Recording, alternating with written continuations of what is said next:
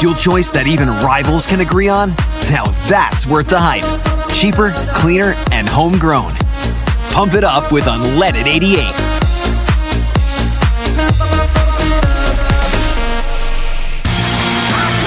Shinedown. Dance Kid Dance Tour. Live in Des Moines. Wells Fargo Arena, Friday, April 25th. I need your attention. With special guests, Beartooth and Morgan Wade. Get tickets now at HighVTix.com. It's about to get heavy. Shinedown, live in concert. For more, visit shinedown.com. Scott Dochterman. Chad Leistikow. Together on one pod, talking Hawks and all things Big Ten. Powered by GameDay Men's Health. With locations in Ankeny, West Des Moines, and North Liberty. From the Channel Seed Studios, this is Legends and Listeners. Exclusively on Iowa Everywhere. Hey, Hawkeye fans, Big Ten fans, and Iowans everywhere. Welcome into, what should we talk about episode of Legends and Listeners, number 85 here on the Iowa Everywhere Network. On this Monday morning from the Channel Seed Studios. And of course, we're doing this on Monday because you guys know this has been a busy weekend, a busy week. The Iowa women's team, of course, Sunday night, picked for the NCAA tournament. Number 6 seed will face Murray State on Saturday in Norman, Oklahoma, with a chance to meet up with Jenny Baranczyk and the Sooners. That'll be so much fun if it happens. Scott Dochterman of The Athletic, Chad Leistikow of the Des Moines Register. We'll get to that later in the show, Scott, but obviously men's basketball takes the headlines this week. My head's spinning, honestly, as we record this. Probably the least amount of actual show prep I've done, but I'll just lean into what the work we've done. I think that's probably the best way to approach this one. Yeah, for sure, Chad. I mean, this is one where we can kind of go off the cuff because we know a lot. It's just a matter of we hope we don't leave anything on the table and go, oh no, I forgot to mention this. But as all of you know out there by now, you should know that unless you're out of the country, like a friend of mine was, and he was checking in, that Fran McCaffery was fired on Friday afternoon after 15 years as head coach of the Iowa Hawkeyes men's basketball team. He is the all-time winningest coach. It's a dubious ending, I think, for Fran McCaffery, and it was interesting to some extent because on Thursday night I asked him point blank after his press conference, which was actually the first one I'd been to this year for Fran, because I'd been to when I've been in Iowa games, I've usually been writing something about the opponent. But I asked him point blank, do you expect to be the head coach for Iowa in the future and beyond? And he said, I do. So it clearly came as a surprise to him based on that response. And it didn't take too long for Beth Getz to come to that conclusion. My guess is she came to that conclusion a while ago and was waiting for the conclusion of the season before she made it happen. So, Chad, what was your first reaction to this? And, I guess kind of take us behind the scenes and what you may know about it. Well, I think we can safely say that Beth probably decided this quite a while ago. I'd love to know when she kind of came to this conclusion. We probably will never know that. Obviously, this is her decision. I think that as we get into the coaching search as well, this is on the athletics director. This is her decision. I can't remember if I shared this on the show or not. If I have, I apologize. But I think it was before the Oregon game, maybe. I was talking to Gary Barta. He was at the game. And, we were just kind of obviously just talking kind of off the cuff. I wasn't interviewing him or anything like that. But, it was just kind of like, we knew what was going on with Iowa basketball. And I was like, what, as an athletic director, kind of what do you do? What do you go through in this time? Like we're just talking or whatever. And I don't think he would mind me sharing this at all. He's like, you're in that chair by yourself. I mean, it's your decision. You're on an island, I think is what he said. And that's the way it should be. I mean, there's no point getting a room together and getting like a 7-6 vote or whatever. She is the athletics director. It's her job. She's in this chair. It's a highly visible job. It's a highly high pressure job. She should want, and I know she does, she should want to have that decision. And she obviously has been, on this all season long. I mean, she's seen every game, I was actually thinking about this earlier today. She arrived here, Scott, September 22, right? Right. When she got, what has she seen in Iowa basketball since Iowa men's basketball? Actually, Iowa basketball since she arrived. Yeah. Think about it. From the women going from good, really good, but 2 unbelievable years. Right. And she arrives after the Big Ten tournament win with Keegan and Jordan Bohannon. She arrives at the Chris Murray year, which they made the tournament, lost in the first round. Honestly, it was probably about expectations, if I recall correctly. I mean, yeah, there was a point during that year you thought maybe they could go on a run, and then they just kind of, lost the season ender, right, to Nebraska. Lost in the Big Ten tournament as a 5 seed. Lost in the first round. Wasn't super close against Auburn. Then the next year, again, don't make the tournament. I mean, this is what she's seen at Iowa. You understand what she has seen. So this is her decision, and it doesn't surprise me whatsoever. I would say, Scott, don't you feel like, though we didn't know for sure what she was going to do, like it just felt like there was no votes of confidence. You could see it in the stands. And I think as Tyler Tashman in our pod reported, I mean, really the fans voted on this one by not showing up. No question. And I wrote a column just basically saying that the Fran McCaffery era just didn't give fans enough reasons to care. And that kind of apathy is ultimately what made the decision. Because if the attendance was solid, strong, decent even, then you take it to what happened on the floor. And you could say 3 subpar seasons, 3 seasons under 20 wins. You made the tournament one year, you made the NIT another year, and then this year you're going to the Crown or whatever. And, but then that's when Beth has that tough decision or tough discussion, not decision, and says, hey, we've got to get better here. What are you going to do to get better on the floor? But that's not the case, because I think Fran, through his career, has probably contributed enough as a head coach with his decision making on the floor to earn this mulligan and get a chance to make it right. However, when you look around the arena throughout the whole thing, and when you're averaging 5,200 fans butts in the seats per game, and 61 fans in attendance, which is the lowest since 1965, 60 years of paid attendance. And you haven't averaged even $4 million in ticket sales since in 20 years. This is a product that's drowning. And you're in an era where you need it to soar, not only financially for your department, but for donations, and then also ultimately for NIL. And it's floundering, and you have to look at it from a business perspective, because Big Ten basketball is a business. It's not a charity. It's not low major basketball where it doesn't matter. They're gonna support you. So in looking at this, there was really no other decision to make. If you bring back Fran, what are people going to do next year? They're not going to come. You don't play Iowa State next year. Yeah, all those season ticket holders that didn't show up, just won't renew them. Exactly. So and you're back. You're probably in a worst case scenario, because Owen Freeman was gone anyway, and who knows, Josh Dix may be gone anyway, and you're bringing in guys who are highly rated. So what? I know that's a big deal, but I've seen highly rated guys just be guys, so I'm not too interested in that.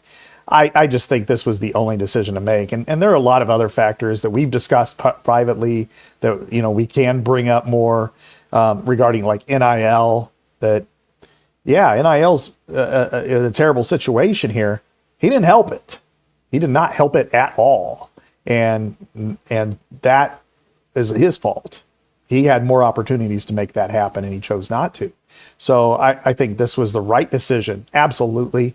It's okay to feel bittersweet, about, appreciate his career and also be excited for the future.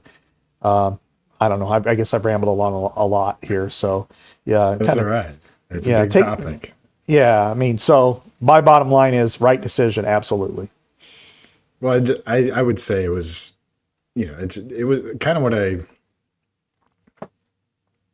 kind of been thinking. And when people ask me about it, it just felt like it was time. I mean, it just was. And I think even the Fran supporters out there, there's some strong Fran supporters that I talk to privately that are like, yeah, it was just time. Yeah. We loved what he did. It's just, it's time. And I don't know, it's just the business. And it's not like, he's walking away with $4.26 million too. It's not like it's like some, oh my God, like it's the worst thing in the world. I mean, it's getting $4.26 million to not coach. So I'm sure he's not happy about it, but still, it's part of the business decision. And I don't know, what'd you make of kind of the way it ended? Like the double tax, the law, Yeah. It was kind of fitting, right? I mean, not because I wrote about, he has always had his players' backs. Let's say that. Sure. And that was a great example of that. He didn't think his players were being treated fairly by the officials, and he let it be known. That said, probably shouldn't have gotten 2 Ts for what it did. Anyway, just kind of an aside there. It was kind of an apropos finish in a way. No defense, fiery sideline antics, pretty great offense, and a loss in the postseason. I mean, highest scoring game in Big Ten tournament history. You scored 94 points, and then you give up 106.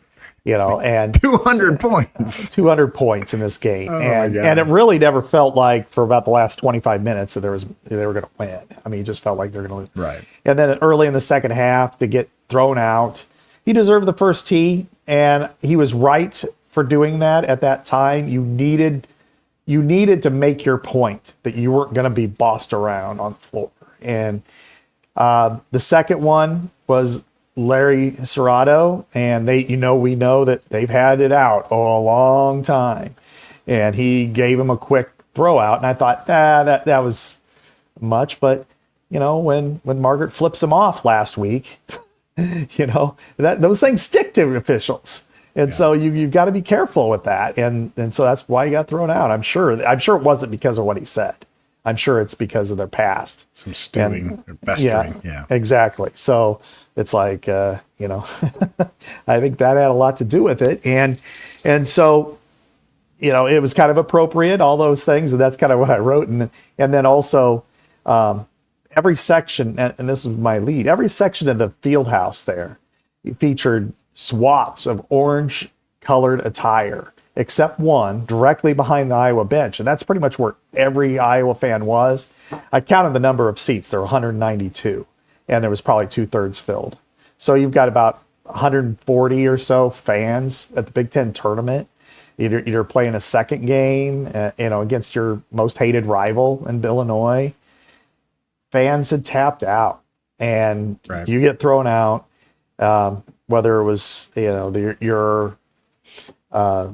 your fault or not, it doesn't matter. It felt like an unfortunate but an appropriate end. And you saw their players react after that. Like they knew it was coming. And I mean, as far as this being the last game, and I think Peyton was really upset. And afterwards, I've been in a lot of locker rooms, seen some crushing locker rooms.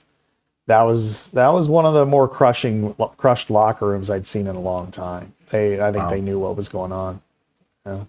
Yeah, that's the thing. Yeah, it just seemed like the end at that point. So to answer your earlier question, it didn't surprise me. Yeah. That 19 hours later, that actually about 17, I think, is when stuff started getting out. That Fran had been fired. So, and that's a Beth. That's Beth Getz's move, and now we move into what's next, Scott. Anything more on that Fran McCaffery? I mean, we've kind of done our, Fran remembrances, the the good, we focus on a lot of the positives and probably 3 or 4 of our episodes leading into this of his era. So I don't feel like we need to, dive back into that unless you got any final thoughts on the Fran era. I would just say that, we brought up a lot of the good previously. I think we made a point of it one time because it was getting pretty heavily negative. And I just think that, kind of looking back and forward here, we remember what it was like in the 80s and 90s. And for some for the players, they don't ever remember, they weren't alive. And for a lot of people who are younger, they don't really know what it was like, which was, I always felt in the 80s, you lived here and you were a season ticket holder, so you felt it even more, but watching it on television in Burlington, that it was like a pure handoff, football to basketball. The fan base was equally engaged in both. It was rabid. And one of the things I looked up and I wrote about, Chad, was in 1988, Iowa signed a 5-year agreement with Raycom. And it was the most lucrative contract, second-tier contract of any in the country for a school. It was like $6.5 million. And it was because they got to produce the coaches show, all the second-tier games. Iowa was the crown jewel, according to Raycom, in the country because of that rabid fan base. And to go from that to where we are to now, it takes a village to make that thing implode. But I also will not absolve Fran because he's been the head coach for 15 years. He had a major impact in what did and didn't happen on the court, with NIL, with fan support. And you can't just wash your hands of it and say, I'm not a marketer, I just want to coach basketball. You got to be more than that to be a basketball coach, especially in the state of Iowa.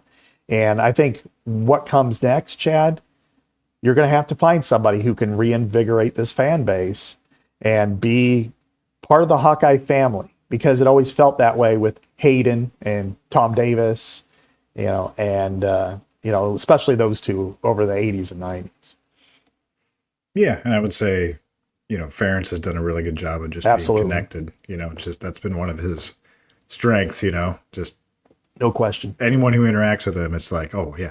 And again, well, tons of great stories about Fran off the court. We know all that, all the positive things he's done in some ways, but you're right. It was, after the game, he talked, let's go into this real quick. And maybe this gets into the coaching search. Yeah. After the game, he said, we need $6 million, right? Mm-hmm. Right. And so, I felt like it was a little bit of I think a sticking point. I think you could probably say, I don't feel like he did not feel like he was supported enough by NIL, by the university. He thought that he should have more resources to go get players. Okay. And that's, I don't know. What do you think of that? You kind of made your feelings clear there, but, I think it kind of is a two-way street. Like you said, I Absolutely. think, can't just expect money to show up. You can't just expect Brad Heinrich just to write a bigger check out of his own personal stash. Exactly. It's got to be like, hey, let me, like Tom Brands is great at this. He beats the bushes for all the money they get mostly. Yeah. I'm not saying like the next coach at all. I've definitely not saying the next coach needs a fundraise. I've never said that, but it has to be a partner. There has to be a partnership is all I'm saying. And I think that's where Beth has to get with the next hire is you've got to get somebody that's going to get the fans enthused about wanting to give money and coming to the games. And I think that's where we get into the candidates. Yeah, no question. It's got to be considered a partnership. Fans with the coaches, with the athletic department. Was basketball supported over 25 years? Yes, but not to the extent it needed to be. I'll agree with that. Alfred always kind of scowled and said, it was a football school. Yes, it is. And you got to deal with that. And Iowa's not going to apologize for that because it shouldn't. Football is the straw that stirs the drink. Nationally, locally, there's no problem with that. But basketball is a big, important deal too. And there needs to be, you need to do more as a head coach. And as you mentioned with Tom Brands, without Tom Brands, there's no $30 million wrestling only facility right in front of Carver Hawkeye Arena. He's instrumental in getting that done. Rick Heller is tried his ass off to get as much anything he can on a sport that doesn't make any money. And he is, came really close to getting a stadium, and then that fell through. Done. He's done it all. Kirk, you're not going to get that kind of facility without Kirk being the guy that he is. He is, some people think of him as stoic and removed, and he's entirely the opposite. He's not Hayden Fry, nobody is. But, he's the type of guy that he's smarter than you think, and he remembers people a lot more than you would ever expect. And here's an example I have given before that really puts this into context, I think. 2 years ago, when the gambling situation was really going, they had an iClub event in Carroll, Iowa. And they flew there. I drove. It sucked, but I drove. But all the bigwigs were there. Gary, right before he retired, Fran, Kirk, I can't remember if it was Lisa or Jan, one of the two, and Tom Brands. And there was probably 450 people there. So it was slam packed.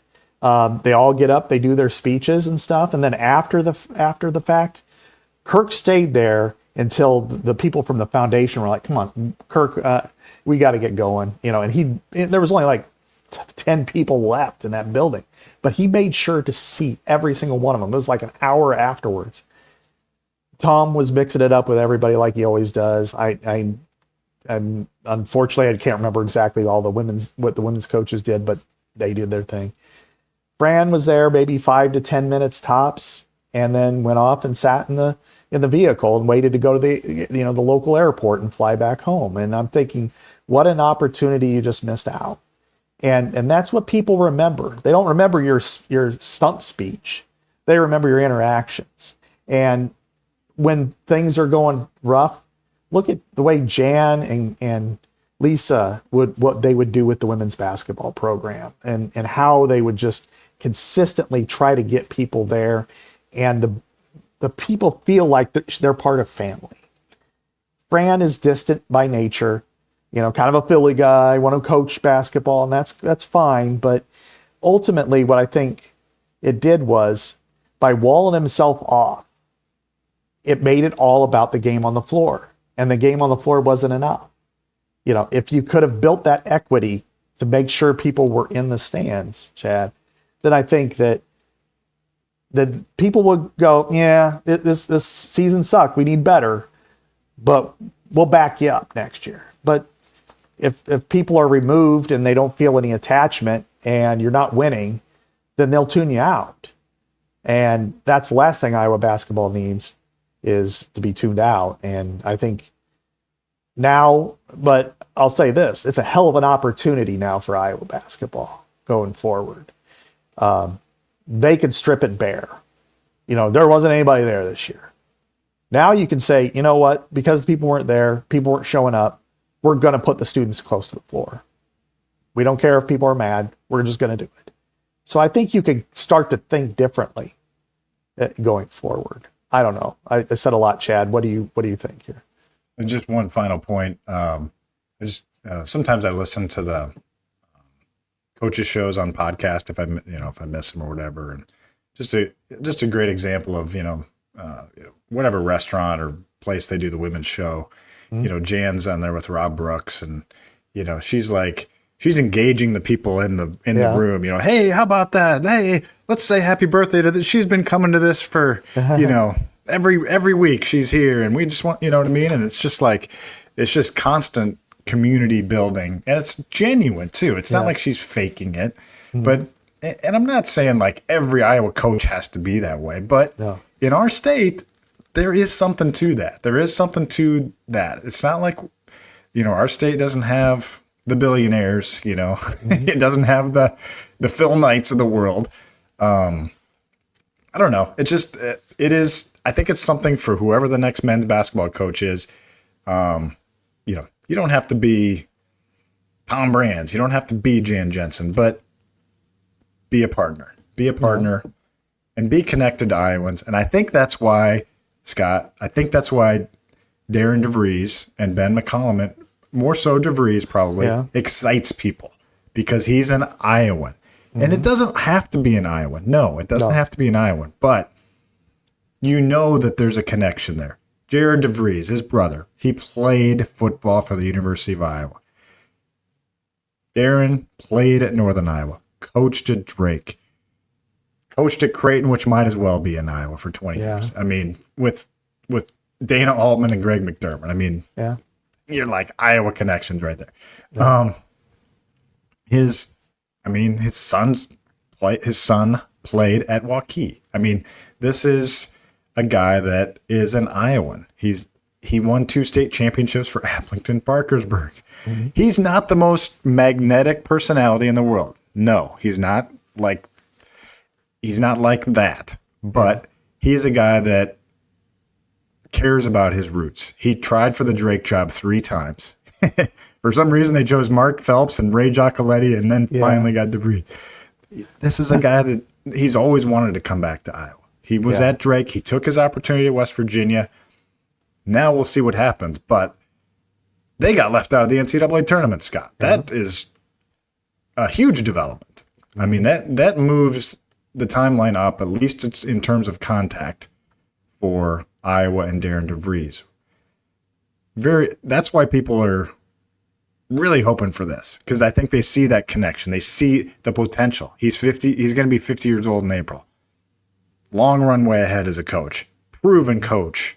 I mean, my column I wrote, he would check every box he would want. I can't think of a box he wouldn't check, and he would bring his son, Tucker. Presumably. I mean, I can't imagine he wouldn't. Back to Iowa, where he played his high school ball and played with Bryce Sanford at Waukee High School. Yeah. I mean, you couldn't draw up more perfect connections.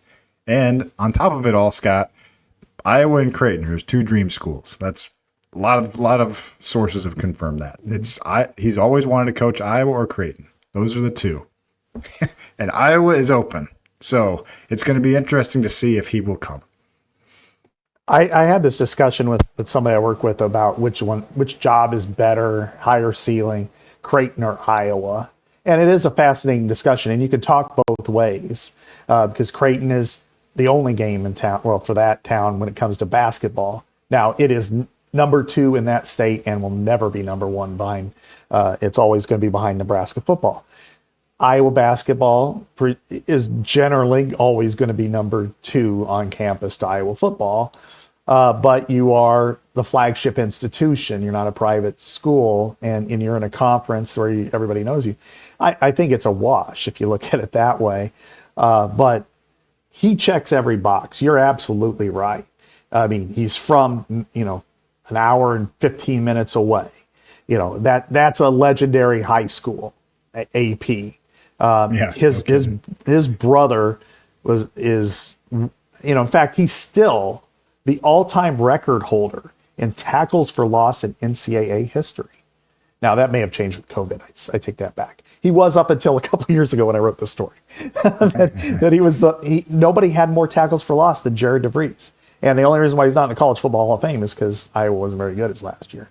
Yeah. But he played at UNI. He coached at Drake. He's coached at Creighton. So Western Iowa, Northern Iowa, Central Iowa. It just makes sense to go to Eastern Iowa, doesn't it? This year, they had a 10-game improvement at West Virginia, and they were the first team let out. They let in North Carolina, and they were out. And I think a lot of people may think that was a wrong move, and I'm one of them. Because I think they had one quad one win or something like that. That's so crazy. They got screwed. But as you said, now is an opportunity for Iowa. If this is your guy, you can expedite it because they chose not to play in the NIT. I assume that they're going to try to go to the Crown, but that's 3 weeks away, which might as well be next year. So now if that's our guy, shoot by Wednesday. You can have a press conference and he could have a black and gold tie, and his brother can stand up at the back of the Feller Club room, and go there. So I like this opportunity if that's the way Beth wants to go. Now, I'm really fascinated because unlike other firings, specific. Well, they're not firing was Steve Alford. It was pushed out kind of, and then Licklider, which was a firing. Gary Barta held press conference like that day, and talked about it, and then said, "Okay, I'm going to go out, and I'm not going to talk to you guys again until I have a new coach." And Beth has chose not to do that. Gary went through the university protocols of getting a committee together. There hasn't been any kind of discussion of that, which I don't think is a bad thing. I think it's a good thing, actually, because it's her legacy that's at stake. Nobody remembers when they hired Todd Licklider who was on the committee with him, and they need to be blamed too. Right. It's Gary Barta's blamed for that. Right. So I think with when it comes to Beth, this is her decision. I mean, as far as personnel goes, this is the second most important one she'll ever make, and because sure. Kirk at some point, you'd think maybe the next 5 to 10 years he'll retire. Once he gets, yeah. So I'm a fan. I also love Ben McCollum though. I think both would be equally good. But if you want somebody Iowan, truly like Iowa culture, he's been around a little longer. That's probably your hire, but Ben McCollum's got a hell of a ceiling. He's done some great work, so I'm split on this one. Okay, well we'll talk a little. I still want to do a little more with DeVries here, but first I want to acknowledge our great sponsor, GameDay Men's Health. Of course, I told you guys I was running a 5K this week. My hip has been killing me. I'm telling you, that's not GameDay's fault, but I gutted it out and I won my age group. I think I got 17th out of 1,100 some runners. I know there's a lot of walkers. Okay, it's a St. Patty's Day thing, but hey, I couldn't have done it without GameDay Men's Health and their testosterone replacement therapy. They don't drug test you at the finish line, so no. But I'm just saying, I had maybe a little boost there, boost. But you can improve everything in your life: your mood, your energy, your performance on and off the court with GameDay Men's Health and their testosterone replacement therapy.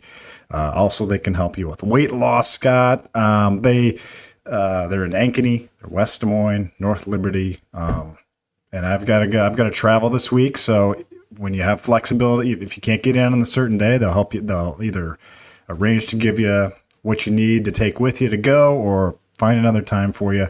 All great people at GameDay Men's Health, and we really appreciate their partnership on our show.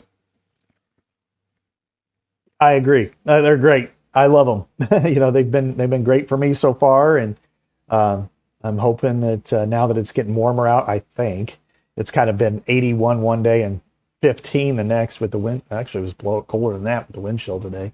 But hopefully it can get warmer, get outside more, do more exercising, and then I'll shed some more. But when I'm between 35 and 40 pounds down, GameDay Men's Health's been a great resource to that.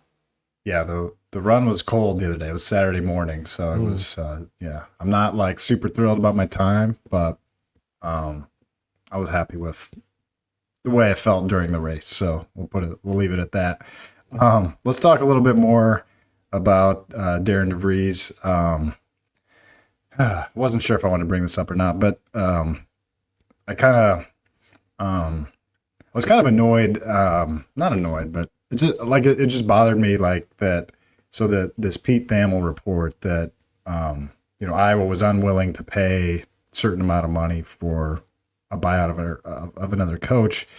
I feel like, I think he does a fine job and everything like that, but like when you're an outsider, you can afford to kind of make statements like that, I feel like, and really but the Iowa fan base is really riled up, and I went and checked on it, and that was simply just not the case. That may have been the theme of a donor phone call potentially, but that's not the way that the highest high of administrators feel, the one that's making the decision, that it's not going to be, well, we can't afford to pay $4.66 million to Darren DeVries, for example. That's what the buyout would be for him to leave West Virginia. That will not be a problem. So the fact that he said that, I think, was unfortunate, and I'm glad I could kind of clear the air on that, I guess. But that's not going to stop Iowa from hiring. The thing that would stop Iowa from hiring Darren DeVries, in my opinion, is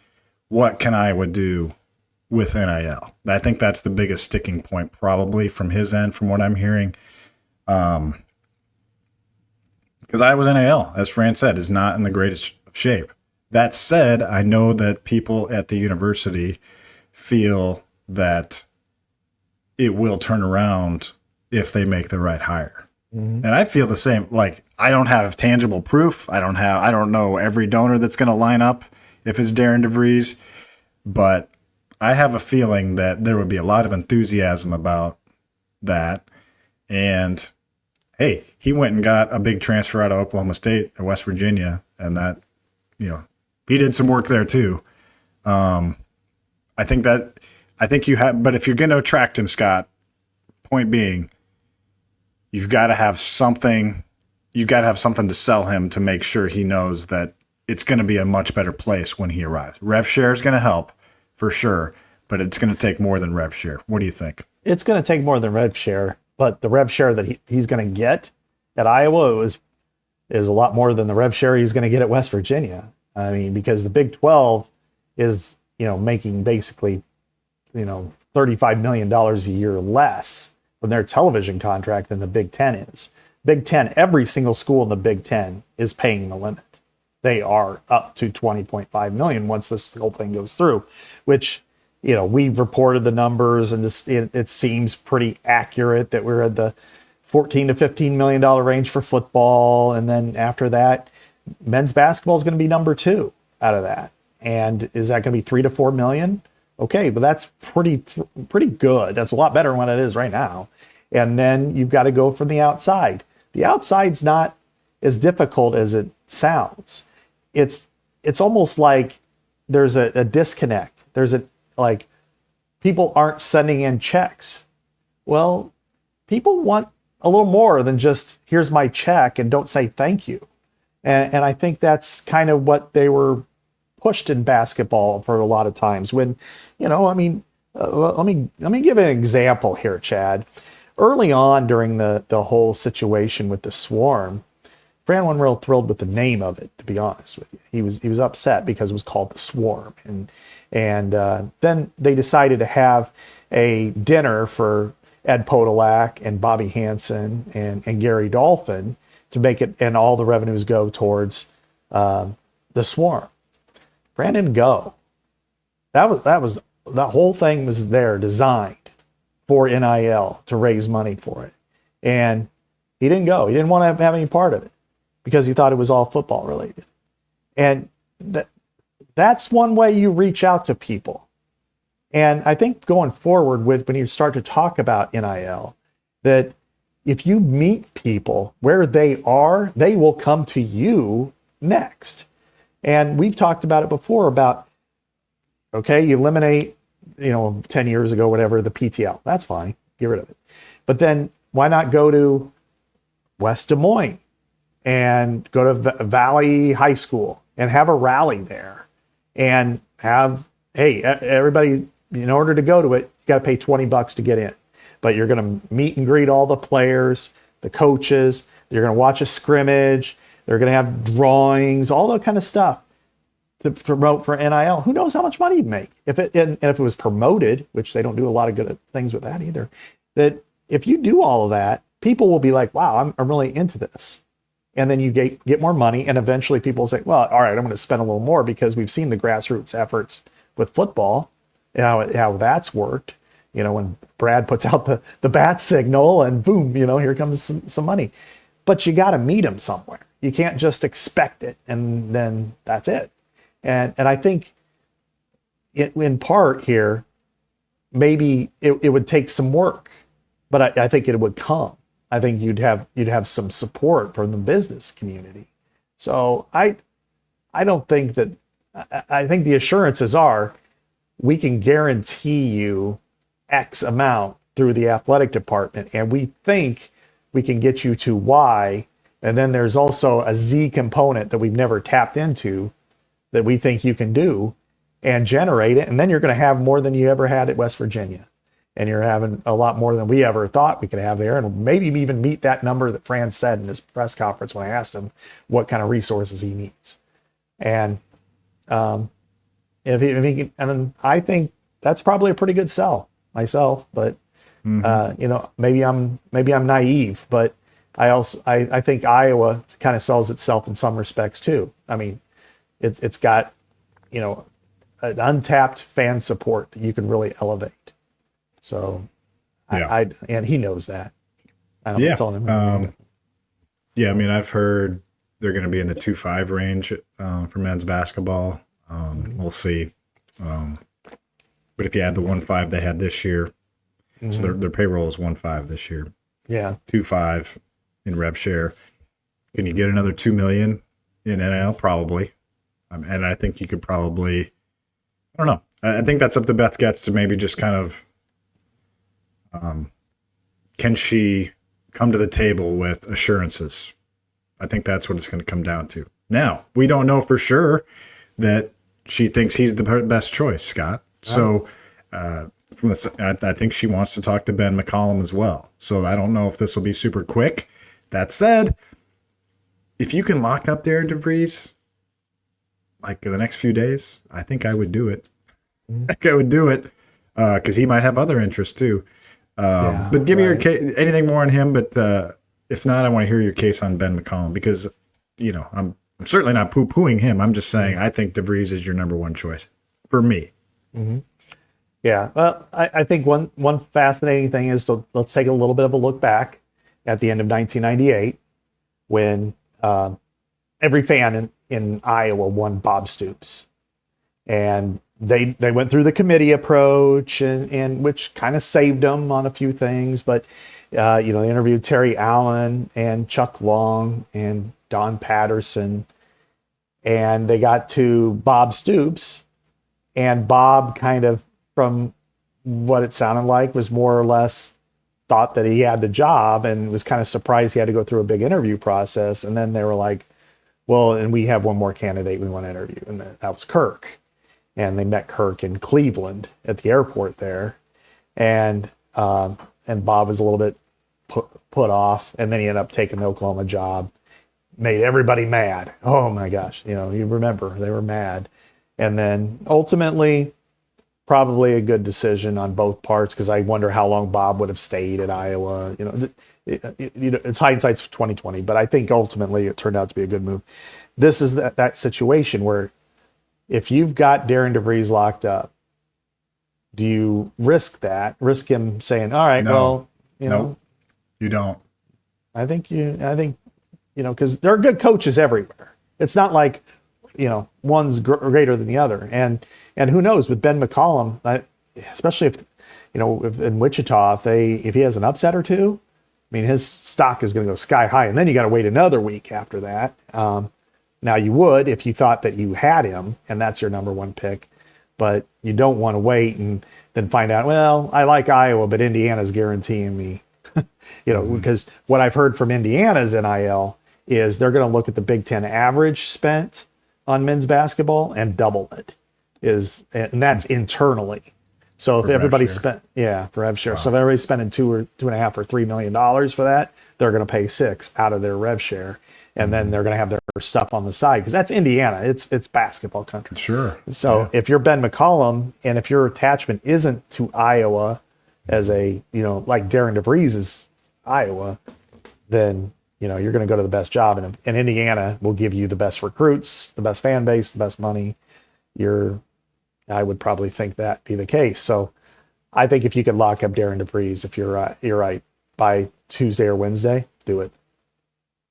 Start next year. That'd be my approach. I would take this NCAA tournament snub as a huge gift to go all in. And I don't know. I'm sure West Virginia would probably offer up pretty decent amount to keep him, I'm guessing. So you might have to pay, but that's what it's going to take. So if you're in the Big Ten, you're in the Big Ten. Exactly.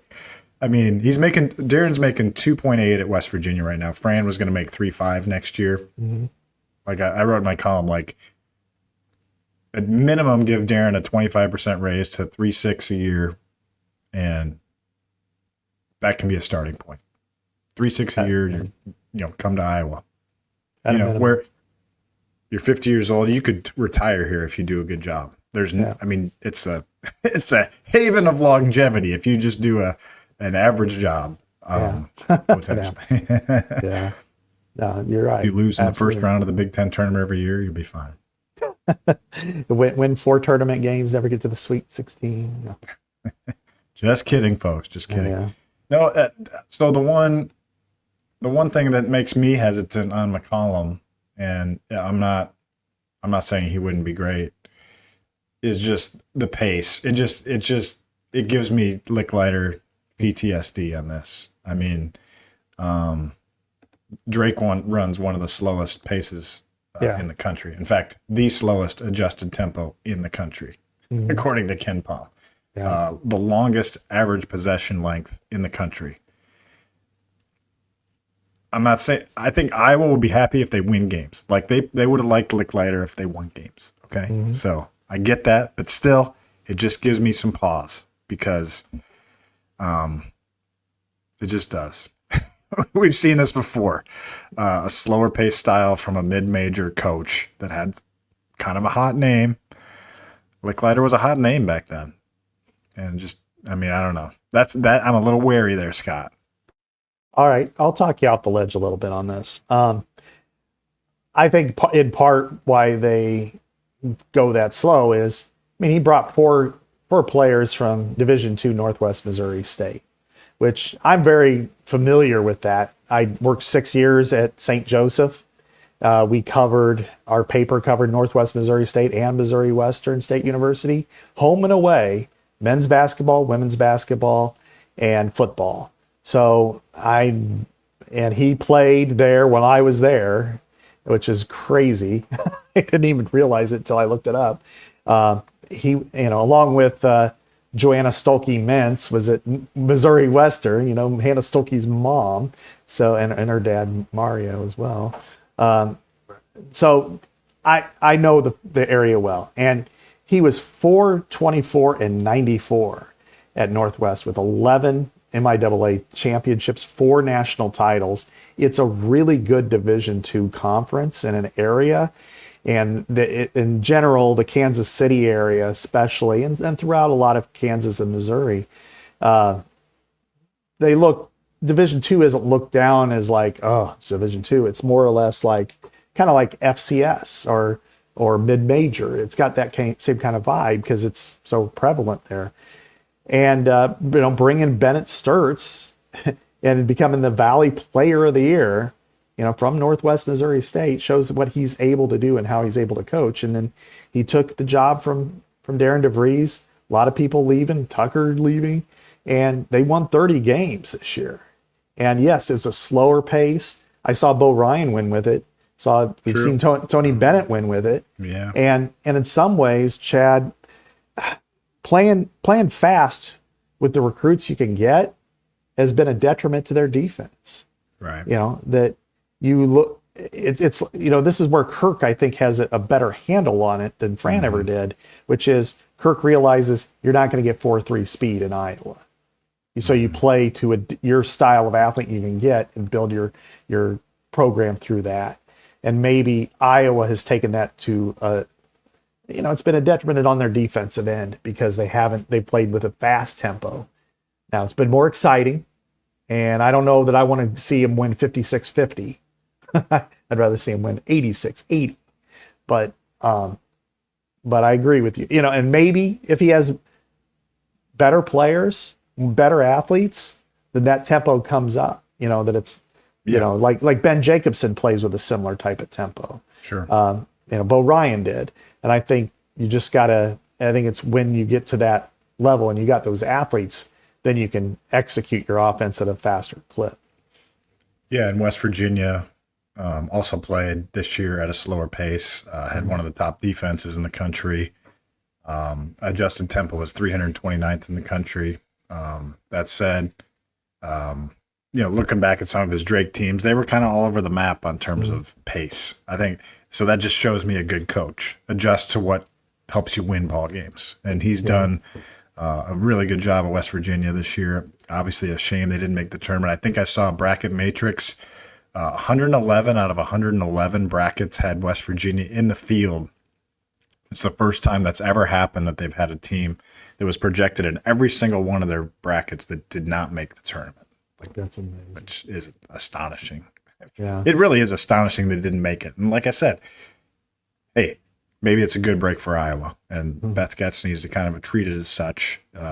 If she wants to go that route, and I believe that she is highly interested in Darren DeVries, but I know she's highly interested in Ben McCollum too. So it'll be interesting to see how it shakes out. Doesn't mean she's going to get either, though, Scott. Any other names on your list? It's easy to point. I don't know if it's lazy, and I'll throw myself in there, or convenient to just consistently look at people with Iowa ties. But I think it's important to have. I don't think it's necessarily a prerequisite that they have to have Iowa ties, but I think somebody with Midwestern ties. Because you look at Tom Davis, he was every bit as Iowan as anybody. He's from Wisconsin. Somebody from Illinois, maybe not somebody from Indiana. That hasn't worked out real well.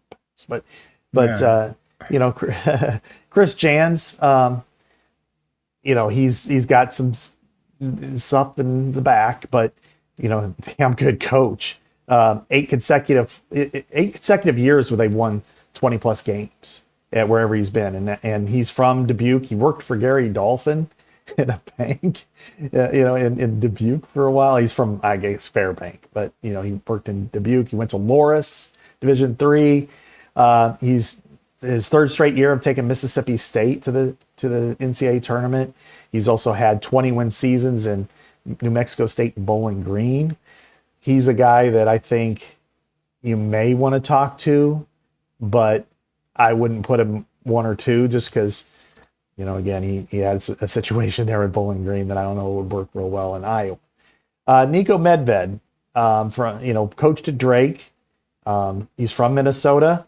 It looks like that's where he's going to go, is Minnesota. He's at Colorado State now. That's, if he was open, I think you would talk to him, but that's probably a really good fit for him at Minnesota, I think. Yeah. So I wouldn't go so much there. I know a lot of people have brought up Steve Forbes. Yeah. I respect Steve. I really like Steve.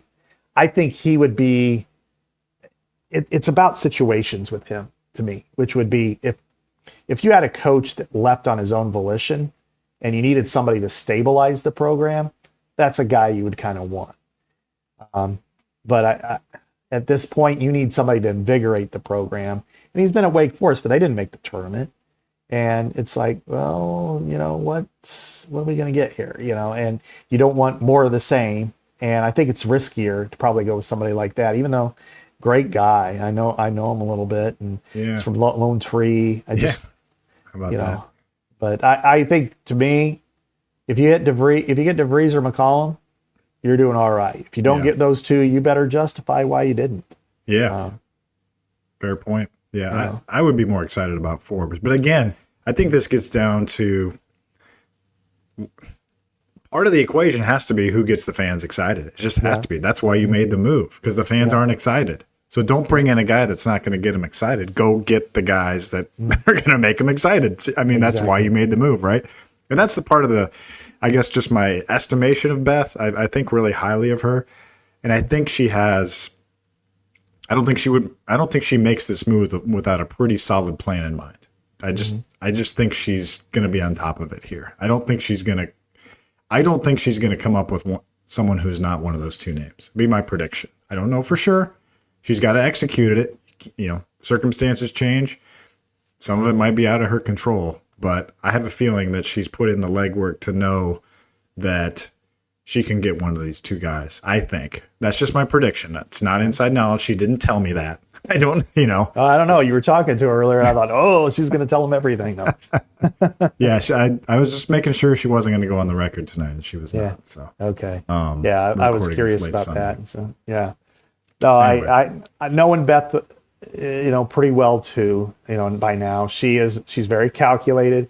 She's smart. She understands the situation. She's 2 steps ahead and people don't understand, and I don't think people realize that she is thinking ahead about everything. In contingency plans upon contingency plans for NIL. She was investigating everything with men's basketball for months. And, and I think, Chad, this kind of brings us to, something else, and that's Iowa corn is a really important part of growing Iowa, and the Iowa Corn Growers Association.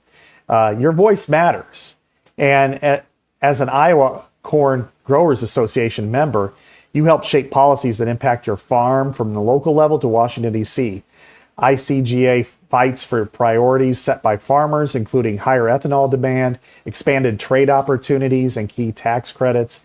Be part of the movement shaping the future of Iowa agriculture. Sign up at iowacorn.org/join.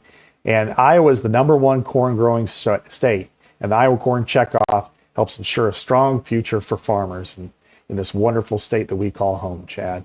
So promote it, and Iowa Corn Checkoff dollars help expand ethanol's market share, and it helps educate consumers about the best fuel option. So learn more about your corn checkoff investments at iowacorn.org. Thank you, Iowa Corn, for being a part of Legends and Listeners, the most popular show on Iowa everywhere. We know that. We know you guys love us the most. Great talk about men's basketball. Any little loose ends you want to tie up here before? It sucks. We're about an hour in, so we're going to get very little into the Iowa women here, after we've done so much with them all year. But obviously this is a men's basketball week. You can't avoid it. It's the circumstances. Yeah. Right. Yeah. I don't have, I would love to get into the women's basketball because we have talked about them all year, and they're totally deserving of it. And they're in the NCAA tournament. They're in the NCAA tournament, and they've got a heck of a trip. You're going to be making it too. Yeah. How about that? Norman, Oklahoma. I was secretly hoping for that as kind of a, from the storyline perspective. I love Jenny Baranchek. I think the world of her. And I think it would be cool if Iowa can win its first game, and obviously Oklahoma probably will against Florida Gulf Coast, that they would meet in the round of 32, Jenny versus Jan. Jan coached Jenny back in their first year of Lisa Bluter. It's just, then of course Jenny goes on to coach Drake, which is Jan's alma mater. Jenny was at the Jan Jensen game it wasn't the Jan Jensen game, but it was the celebration game of Iowa and Drake this year at the Knapp Center. I mean, Jenny Baranchek was in attendance at that game for Jan Jensen. Yeah. and Drake, obviously, but still, it was just a cool, it's a cool storyline. So Iowa is the 6. They get the 6 seed. Positive year for the Hawkeyes. They face Murray State, and I'm not giving them that win just yet, Scott. They're an 11.5-point favorite, but Murray State leads the country, all Division I. They lead the country in scoring, almost 88 points a game. And Oklahoma, Scott, is 4th in the country in scoring. So this will be a lot of points scored in Norman, and Iowa's defense is going to have to play well, and they're not going to be able to go into those scoring funks that they have all year. I'm a little bit wary even about this first round game. Yeah, you're right. This is, I don't know enough about it yet. Just trying to catch up. I know you wrote about it. I've got another thing coming here on that, but it's, the things that they have to do obviously is defend the 3, and they've been better. They've been better for the last month on their winning streak winning era, I guess. They've been much better defending the 3, but that was a sore spot early on in particular. I think that they needed to do that going forward. But to echo your consideration of Jenny Lillis and Baranchek, and it was funny. I pulled up 1999, the Des Moines Register's all-state team about a week ago, and I'm like, there's some really good players on here, including Ben McCollum, who was a second-team all-state, Jenny Lillis, who was a first-team all-state guard, and Nick Collison and Kirk Heinrich and Glenn Worley and many others that were on there. But I like this for her. I know last 2 years she wore Iowa at the Final Four Yeah. Yeah. So she was repping her. And I think if it wasn't for Jan being in the wings here, that would have been my first call to see if she wanted to come back to Iowa. Absolutely. And I don't think they would have had I don't think that would have been a bad choice either. If they went that route, she would have been great. But you had Jan, and you can't do that. And so it'll be interesting. But I hope people don't turn that into a referendum. Like if they lose by 4 to Oklahoma on the road, that all of a sudden, well, we should have went with her. Right. Well, this is Oklahoma's highest seed since 2010, back when they made the Final Four. So they're going to be excited about this. Obviously Baranchek is a great coach, and they've got that won't be a great matchup in my opinion for Iowa. But let's just talk the bracket as a whole. I mean, they're in the Region 4, Scott. So you get the number 4 1 seed is USC, who Iowa beat. Number 2 seed is UConn. I think it's okay because I think you played yourself out of having to go to a 2 seed by beating Michigan State, because Michigan State got a 7 seed, Iowa got the 6 seed. I think that's a huge benefit. I mean, I'm thinking, I haven't seen the overall seed list, but I would say Oklahoma is probably one of the lower 3 seeds. So, in my opinion, you at least got yourself a chance to get to the Sweet 16. I've always thought the Sweet 16 was the most realistic ceiling for this team. I'm not saying they can't get to a Final Four, but if they could get to a Sweet 16, that would be a remarkable success for this team. It's already been a successful season in my mind, but you also don't want to lose your first game of the NCAA tournament, and very well, I mean, not very well could, but you could. So, sure. Yeah, just before we go, just what do you think about kind of that whole bracket? USC, a team they faced, UConn, team they faced in the Final Four last year, Paige Beckers, Juju Watkins. If they could somehow get to Spokane, that would be quite entertaining. It is a really challenging bracket. I mean, when you look at the star power there, and it's very challenging. But I also think Kansas State's also in it, but I don't think they'll get a chance to play them. The Sweet 16 is the sweet spot for this program. If they could get there, that's just you'd feel really good about yourself just to be able to beat a team like Murray State, who scores a lot, and then to win on the road at a team that's very good. They switched conferences this year. I still have a hard time, especially with Oklahoma, not as much with Texas, but with Oklahoma thinking Big 12, and it's like, I know the SEC, and they played in a very difficult league. Iowa played in a very difficult league, so you're going to get a good game, and if you can get that game and get to the Sweet 16, now you're playing Paige Beckers. That's going to be, I wouldn't quite pick Iowa to win that game, and then you're going to play them again in New York City in December. That's right. In the Champions Classic in there, that Iowa is going to be a participant and made $100,000 going to it last year, and so they're going to get a chance to do that again. So I don't know, it's going to be difficult. Every game will be. But they're already winners in my book based on what they've done this year. They overcame a lot, and this was their bridge year, and they crossed the bridge in fine fashion to me. Yeah, it was funny. You meant same thing with me. Like one of the first things I did was go to Oklahoma's schedule. I was like, I wonder how they did against Iowa State this year. I was searching. I was like, why can't I find Iowa State? I was like, oh yeah, they're in the SEC. They didn't play.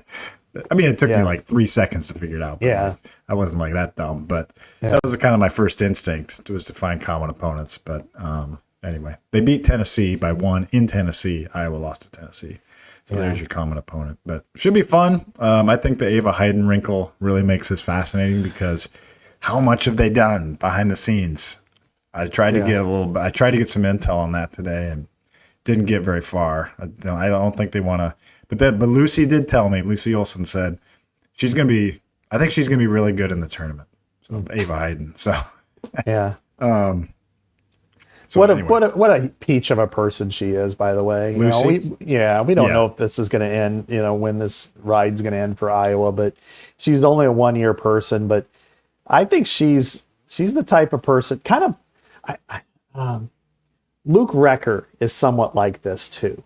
That even though he was only at Iowa for a very short period of time, I think he was somebody that really, that resonated. He lives here now. He's a lifer now. And I think Lucy has just got that infectious personality that whenever it's all shuts down, I don't know if she'll live here or not, but everybody's going to think fondly of her, and they should. She's just been a real fun, joyful person to be around. And the type of person, when you lose Caitlin Clark and Kate Martin and Gabby Marshall and Molly Davis and Lisa Bluter, she came in and filled that void in a completely different way. But I think it was just a real fun era. It's been short, it's been sweet, but it's been fun. For sure. Well, we'll 11 a.m. Saturday. I can't remember if I mentioned that, but 11 a.m. tip-off. Okay, so it's 11 a.m. Good for our Sunday paper, hopefully. Yeah, there you go. Print-friendly tip-off time. So, great show, Scott. I hope you guys got your fill of men's basketball talk on this. We tried to get this to you as early as we could this week to kind of hit the news as hard as we could. So, thanks, Scott, for doing this on short notice. Yeah, same to you, Chad. And who knows? Maybe in a few days we'll have to we'll have another one. load up the blowtorch again. Sounds good. For Scott Dochterman, this is Chad Leistikow. We'll let you know when we're on next week or when we're on next. Keep following us, following that coaching search, and stay tuned next time on Legends and Listeners only on Iowa Everywhere.